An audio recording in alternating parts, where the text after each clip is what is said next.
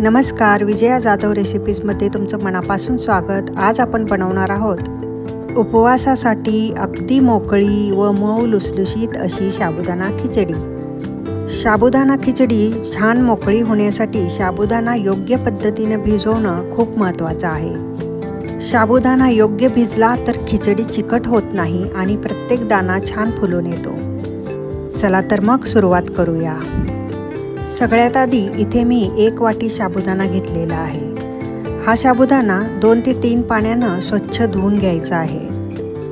त्यानंतर धुतलेलं पाणी काढून टाकायचं आहे व साबुदाण्याच्या डबल पाणी घालून 1 तास भिजत ठेवायचं आहे।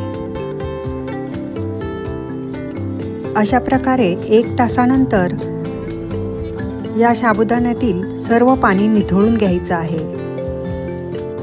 पूर्ण पाणी निथळल्यानंतर याला 2 तासासाठी भिजू द्यायचं आहे।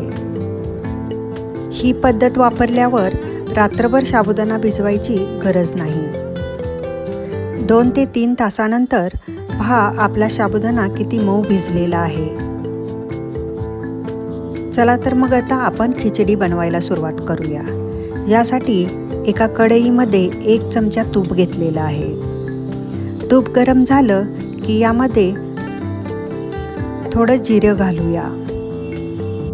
जिरे तडतडले की त्यात चिरलेली हिरवी मिरची घालूया। हिरवी मिरची थोडी परतून घेतल्यानंतर यामध्ये 1 शिजलेला बटाटा घातलेला आहे। बटाटा छान परतून घ्यायचा आहे। बटाटा परतून झालेला आहे। आता यामध्ये भिजलेला साबुदाणा घालूया। तसेच 2 मोठे चमचे भाजलेल्या शेंगदाण्याचं कूट घालूया व हे सर्व छान परतून घेऊया। आता यामध्ये अर्धा चमचा मीठ घालूया। अशा प्रकारे सर्व साहित्य छान परतून घ्यायचं आहे। अशा प्रकारे खिचडी हलक्या हाताने 2 मिनिटं परतत राहायची आहे। हलक्या हाताने मिक्स केलं की साबुदाण्याचे दाणे तुटत नाही व खिचडी छान मोकळी राहते। आता वरून चिरलेली कोथिंबीर घालूया। साबुदाणा शिजताना हळूहळू रंग बदलतो आणि दाणे पारदर्शक दिसायला लागतात। गॅस बंद करून झाकून ठेवूया। अशा प्रकारे आपली मोकळी मऊ लुसलुशीत आणि खमंग खिचडी तयार आहे।